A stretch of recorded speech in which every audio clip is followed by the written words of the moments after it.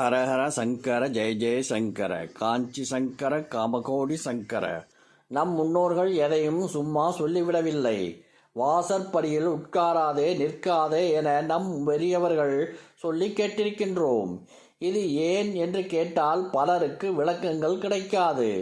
உட்காரக்கூடாதுன்னா உட்காரக்கூடாதுதான் என்று பதில் வரும். இது எதற்கான என்ற காரணத்தை பார்க்கலாம். தலைவாசல் கதவில் குலதெய்வ வாசம் செய்வதாக ஐதீகம். ஒரு வீட்டின் தலைவாசலில் அஷ்டலட்சுமியும் வாசம் செய்வது போல தலைவாசல் கதவின் குலதெய்வம் குடியிருப்பதாக சாஸ்திரங்கள் கூறுகின்றன. உங்களுடைய குலதெய்வம் உங்கள் வீட்டின் கதவில்தான் குடியிருக்கும். அதனால்தான் நம் முன்னோர்கள் வீட்டின் கதவை சத்தமில்லாமல் திறக்க மூட செய்வார்கள். அடிக்கடி எண்ணெய் விட்டு சுலபமாக மூடும்படி வைத்திருப்பார்கள். குழந்தைகள் கதவின் தாழ்பாலை ஆட்டும் பொழுது பெரியவர்கள் அதை அதட்டுவதை நாம் கேட்டிருப்போம். வீட்டின் தலைவாசலில் இரு புறங்களிலும் விளக்கு ஏற்றி வைப்பது பண்டைய கால வழக்கமாக நம் எல்லோருக்கும் தெரிந்திருக்கும். இந்த இரண்டு புறங்களிலும் கும்ப தேவதைகள் அமர்ந்திருப்பதாக சாஸ்திரங்கள் கூறுகின்றன.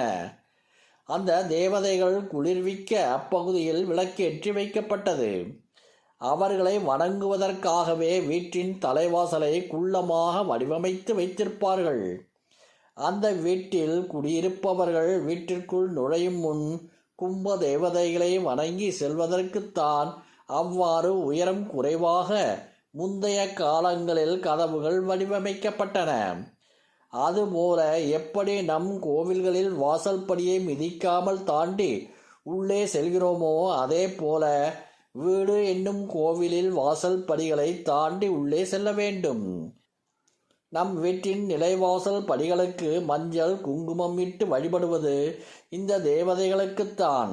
இத்தகைய தெய்வீக சக்தி வாய்ந்த இந்த நிலைவாசல் படியை மிதித்து கொண்டு உள்ளே செல்லக்கூடாது. அதுபோல ஒருபோதும் நிலைவாசல் படியில் அமரக்கூடாது. வீட்டின் தலைவாசலில் மகாலட்சுமிக்கு கதவில் குலதெய்வம் வாசம் செய்வதால் இந்த இடத்தில் தலை வைத்து படுக்கக்கூடாது, தரித்திரம் ஏற்படுத்தும் என்பார்கள். அதுபோல தலைவாசலில் கால் வைத்து நிற்கக்கூடாது. அங்கு நிற்பது, தும்புவது, தலை வாருவது போன்றவற்றை செய்தால் வீட்டில் தரித்திரம் உண்டாகும். இது போன்ற சில தவறுகளை வீட்டில் செய்வதால் பண வரவு கட்டாயம் தடைபடும். வீட்டில் உள்ளவர்களுக்கு மன அமைதி கெடும். கெட்ட சக்திகளும் உள்ளே நுழைவதற்கு வசதியாக அமைந்துவிடும். கூப்பிட்ட குரலுக்கு ஓடோடி வருவார் நம் குலதெய்வம். அதனால் தான் எப்போதும் நம் வீட்டு கதவுகளில் குடியிருப்பதாக சாஸ்திரங்கள் கூறுகின்றன. சில சமயங்களில் நமக்கு தெரியாமல் நாம் சில நேரங்களில் நமக்கு வரும் ஆபத்துக்கள் விலகியதை அடுத்து தலைக்கு வந்தது தலப்பாயோடு சென்று விட்டது என்று கூறுவோம்.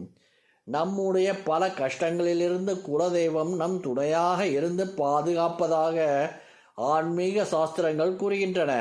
எனவே இதுவரை தெரியாமல் செய்திருந்தாலும் இனியும் தலைவாசலில் இந்த தவறுகளை நாம் செய்யாமல் இருப்பதுதான் நல்லது.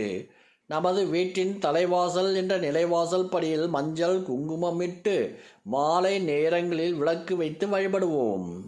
ஹரஹர சங்கர ஜெய ஜெய சங்கர காஞ்சி சங்கர காமகோடி சங்கர.